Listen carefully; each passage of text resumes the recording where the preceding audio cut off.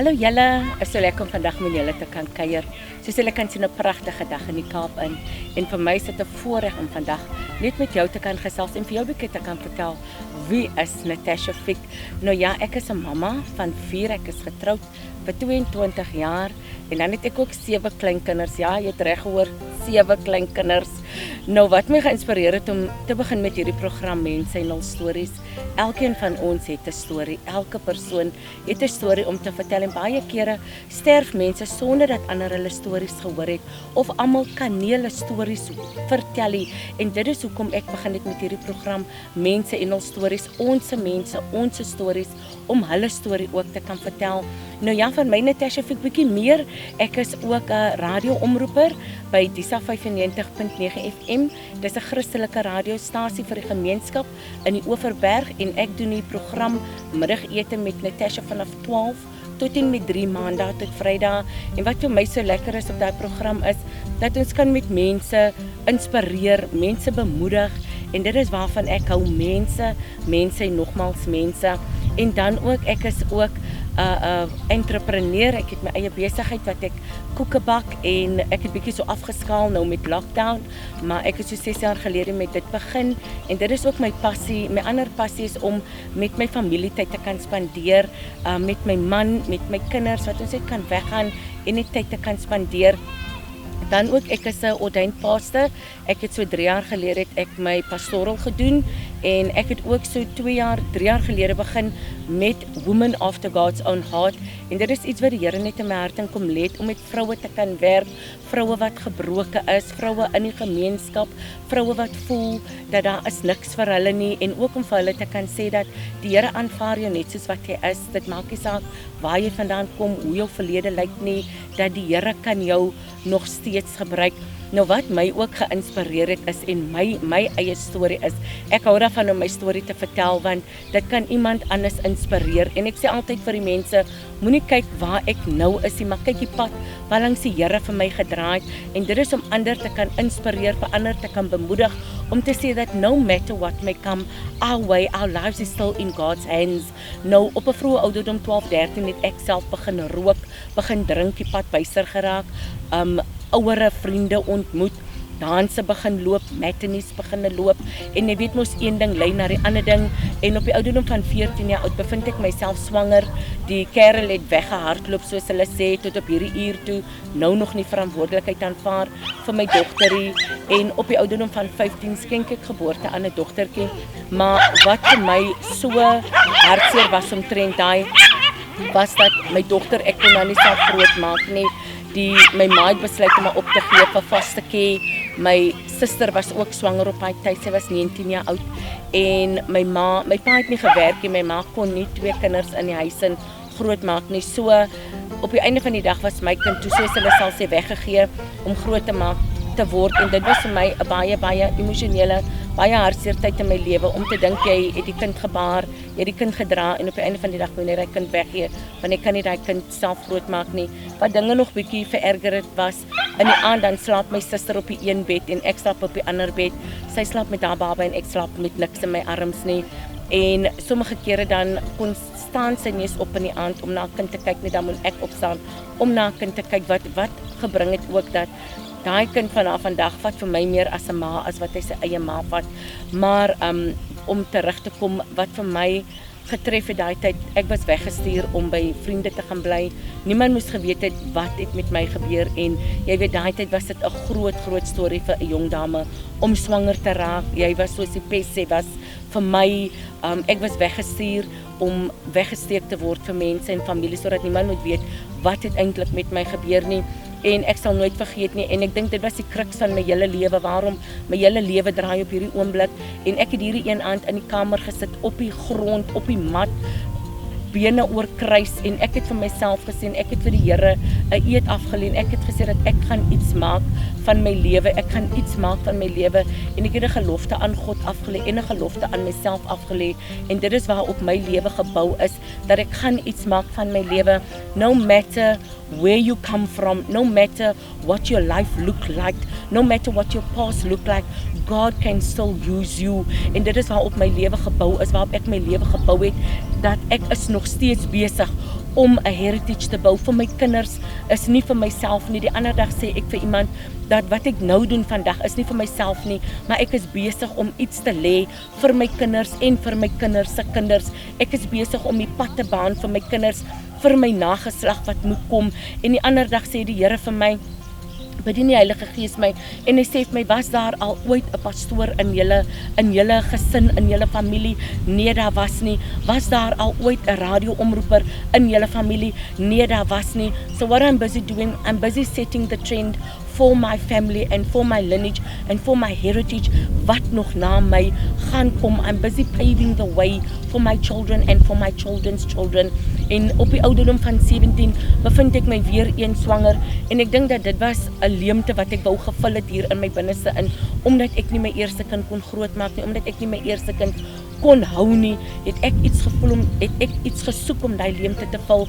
My ma wil weer my baba opgegee het vir aanneming. Nou, jy kan maar net vir jouself dink, om 2 keer deur dieselfde situasie te gaan, dit was nie lekker nie. Weer eens het hierdie ouetjie ook net vir my gelos, en ek het weer eens gesit daar waar ek gesit het in die eerste situasie, en ek het so gebid vir die Here, dat my ma nie hierdie kind moes weggee nie, dat ek self die kind moes grootmaak, en die Here het dit so bestuur. Ek kan nie die hele storie onthou nie, maar niks het toe verloop soos wat my ma dit wou gehad het nie, en ek kon die kind toe self grootmaak. Op die ouderdom van 19 ontmoet ek my man, en ek dink dit was die punt waar my hele lewe ook verander het, en op die ouderdom van 19 ontmoet ek my man, en op die ouderdom van 22 tree ek in die huwelik in. Maar wat vir my so uitstaan van hom is dat wat vir my eintlik kom leer het wat die liefde van Jesus is. Toe hy my ontmoet het, ek hom gesê dat onthou daar is nog 'n kind wat in Mitchells Plain bly, en hier is nog 'n kind, so jy aanvaar my nie net met een kind nie. As jy my moet vat, dan vat jy my met 2 kinders en nie met 1 kind nie. So dit is die pakket wat jy gaan kry, so jy kan maar kies of jy gaan bly of jy gaan hardloop. Daar is, en ek het vir hom gesê, dis my eie woorde, ek sit nie 'n gun in jou kop nie, maar jy moet maar besluit. En die Here het klaar in sy hart gewerk om my te vat net soos wat ek is. Op die ouderdom van 22, toe ek en hy die dag in die huwelik tree, staan ek voor hom, en die Heilige Gees sê vir my, dat dit is die man waarvoor ek vir jou afgesonder het, en die Here laat my besef dat enigiets kon met my gebeur het. Ek kon gesterf het langs die pad, ek kon lelike dinge kon met my gebeur het, maar die Here het my bewaar, hy het my beskerm vir hierdie man, en vandag 22 jaar later en 24 jaar wat ons mekaar ken, kan ek net aan God al die eer gee, want die Here het vir my en vir jou ons pad al klaar vooruit geloop, al klaar vooruit gebaan.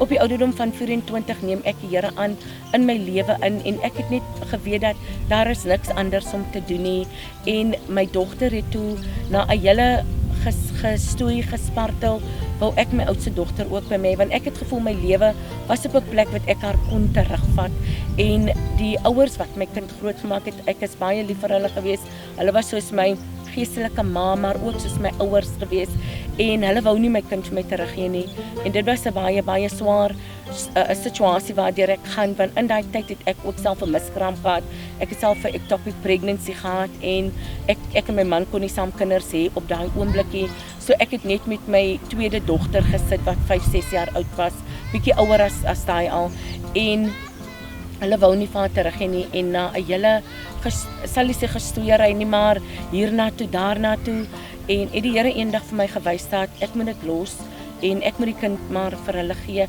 en dit was 'n baie swaar episode vir my, want daai dag toe moes ek dit vir my gevoel asof ek voor 'n begrafnis staan, want die Here het my gewys dat, soos Abraham vir Isak geoffer het, moet ek hierdie kind offer aan die Here, en dit is wat ek moes gedoen het, en dit het vir my gevoel asof ek daai droom uit my hart uithaal, en ek moes dit begrawe, en dit vir God gee, en die dag toe ek met haar sit en vir haar sê, maar dit is wat die Here vir my gesê het, om vir haar te laat gaan, my oudste dogter, hulle kan haar maar verder groot maak, kon ek sien in haar gesig in, dat sy sou nooit die kind vir my teruggegee het nie, so die Here het dit gespaar vir my, hy het die hartseer vir my gespaar, om weer eens 'n tweede keer deur daai te kon gaan, 'n jaar en 'n half na dit, 'n paar maande eintlik, na dit, kry ek die dag 'n boodskap om te sê, dat sy en haar man, my oudste dogter se grootmaakouers het gesterf in 'n ongeluk in.